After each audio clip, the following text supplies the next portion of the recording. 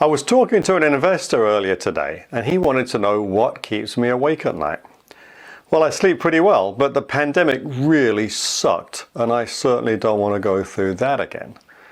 As I studied the data in 2020, I soon came to the conclusion that for the vast majority, COVID wasn't life-threatening. But if you were old or had a compromised immune system, you were vulnerable. Locking down all of society was the biggest loss of freedom we've endured in my 40-plus years living in the US. It was a massive policy mistake. We should have locked down the vulnerable and left the rest of us to get on with our lives. The lockdowns also crushed energy stocks because nobody was allowed to go anywhere. So I had two reasons to be pissed off. Midstream stocks have been weak lately, lagging the S&P 500 by a couple percent over the past month. Some of that's because of weak crude oil, and the tariffs, especially the unpredictable way they're handled, remains a long-term concern. Meanwhile, pipeline stocks just came through another uneventful earnings season.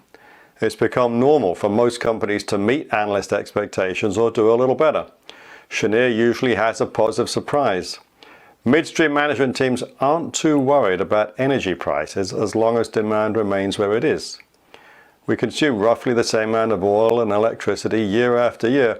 We consume more gas every year because it's cheap. We're exporting more, and data centers will be relying on it for electricity.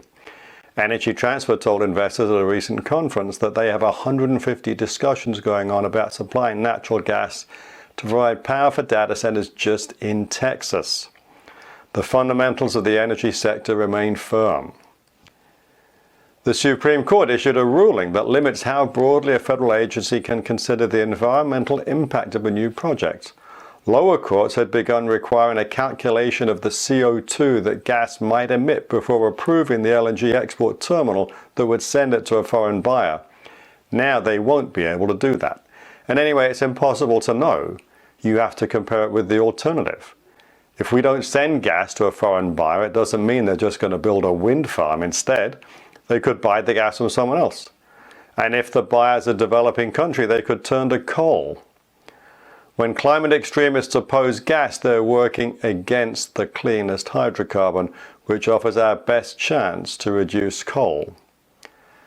I have less to keep me up at night nowadays. Climate extremists have lost relevance. That wretched little girl Greta has switched her attention to the Palestinians.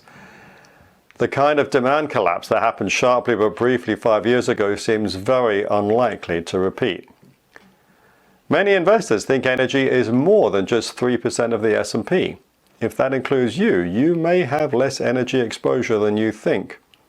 This might be a good time to fix that. If you're interested in learning more about the energy sector and interest rates, then don't forget to subscribe and follow us on LinkedIn and Twitter. Our handles are in the description box below. To find out more about what we're thinking, you can sign up for our twice-weekly blog at sl-advisors.com. If you have any questions you'd like answered in this video, then please leave them down below. I'm Simon Lack. Thank you for watching this video.